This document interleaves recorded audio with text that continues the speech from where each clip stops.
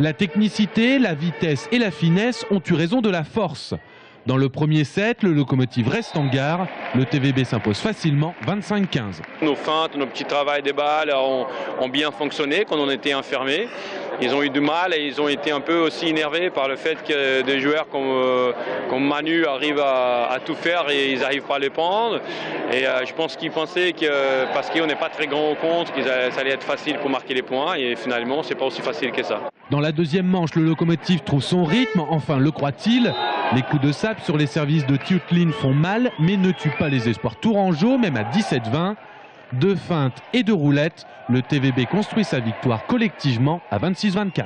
Je suis très content de l'appréciation ce soir, mais très content aussi de l'esprit de l'équipe. Pas justement ce soir, ça fait déjà un bon moment que ça se sent. Et ça, il faut qu'on garde, ouais. Dans le troisième, les Ukrainiens montrent des signes de doute, réception hasardeuse, passe limite. C'est là que le TVB a gagné, a découragé son adversaire. Le Lokomotiv déraille à 16-13, score final 25-23. On savait que c'était une équipe très physique, donc on a plutôt joué sur notre qualité technique.